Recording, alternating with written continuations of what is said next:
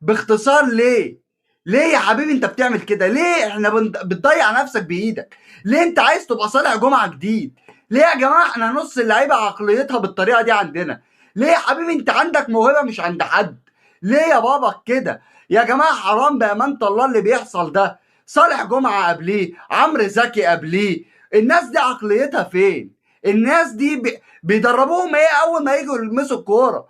ليه المدربين ما بتشتغلش على ده؟ ليه المدربين ما بيعملوش ان العقلية اهم حاجة؟ عقلية اللاعب مهمة.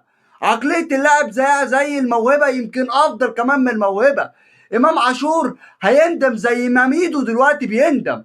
ما بيقولش انا بندم بشكل مباشر ميدو، ولكن كل تصريحاته على تلقيح على محمد صلاح معناه ان هو بيندم. ميدو لو هيرجع بيه الزمن هيقول لك انا عمري ما هعمل اللي انا عملته زمان. ميدو لو هيرجع بيه الزمن هيقول لك انا لو كده كنت اخترت ابقى افضل لاعب في العالم. ليه يا امام؟ ده انت عندك موهبه مش عند حد. 95% من لعيبه الكره يتمنوا تلت الموهبه اللي عندك، وانا عند كلامي ان امام عاشور لو كمل في طريق الاحتراف واحترف بره، انا اللي بقول لك هينافس على البالون دور وهينافس الكبار. امام عاشور عنده موهبه نادره دلوقتي.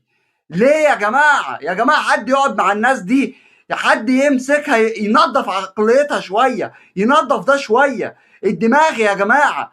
انا من رايي لو امام عاشور هيكمل بالوضع ده مع انه افضل موهبه في مصر، لا النادي الاهلي يمشيه. سواء اهلي سواء زمالك، اي لاعب عايز يدمر نفسه دي براحتك. هيرجع عليك الايام وتندم. شوف صالح جمعه، شوف ميدو، شوف غيرك ندم وعمل ايه. احنا مش عايزينك تبقى واحد منهم يا امام.